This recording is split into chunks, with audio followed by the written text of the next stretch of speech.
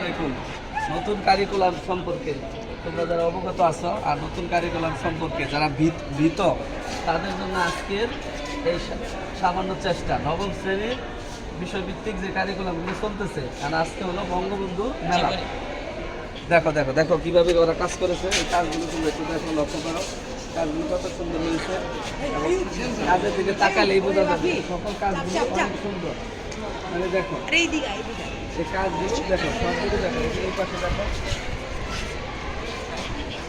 বঙ্গবন্ধু জাতীয় উপকার সবই আছে, বঙ্গবন্ধু সম্পর্কে যা আছে যত কিছু আছে সবই এখানে আছে। তার রাজনৈতিক জীবন সব কিছুই এখানে তোমরা পাবে। আমাদের বঙ্গবন্ধুর জীবনী সম্পর্কে আছে, ৭৫ সালে জন্মগ্রহণ করছে উনি। আরও কাছ থেকে দেখো তো, এটা কাছ থেকে দেখো, আরও কাছ থেকে দেখো। হ্যাঁ, এটা এসে বঙ্গবন্ধুর জীবনী, আরেকটা জীবনী আছে এখানে দেখো, জীবনী আছে, আরেকটা সুন্দর জীবনী আছে। এদিকে দেখো ৭ই মার্চের ভাষণ, ৭ই মার্চের ভাষণ এখানে আছে, খুব সুন্দর ভাষণ লিখে দিছে ওরা।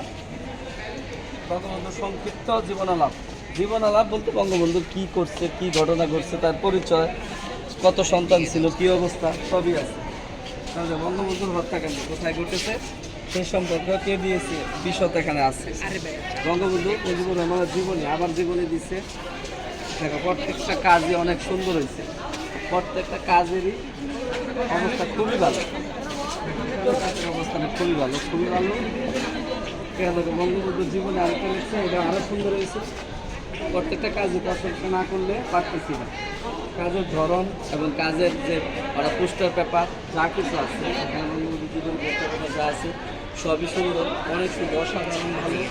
বঙ্গবন্ধুর জীবনী সম্পর্কে আছে এখানে, আবার আছে এখানে লক্ষ্য করো। তো কাছাকাছি আসো, কাছাকাছি না আসলে বোঝা যাবে না।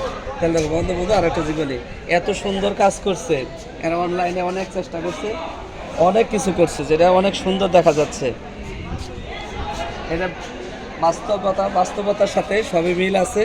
তাহলে বঙ্গবন্ধু বাংলাদেশের স্বাধীনতা সংগ্রাম এবং আমাদের এই জাতির রূপকার, এই বঙ্গবন্ধুর জন্যই আজকে আমরা আল্লাহর রহমতে আজকে আমরা স্বাধীন একটা দেশ পেয়েছি এবং এই দেশে বসবাস করতে পারতেছি। তাহলে দেখো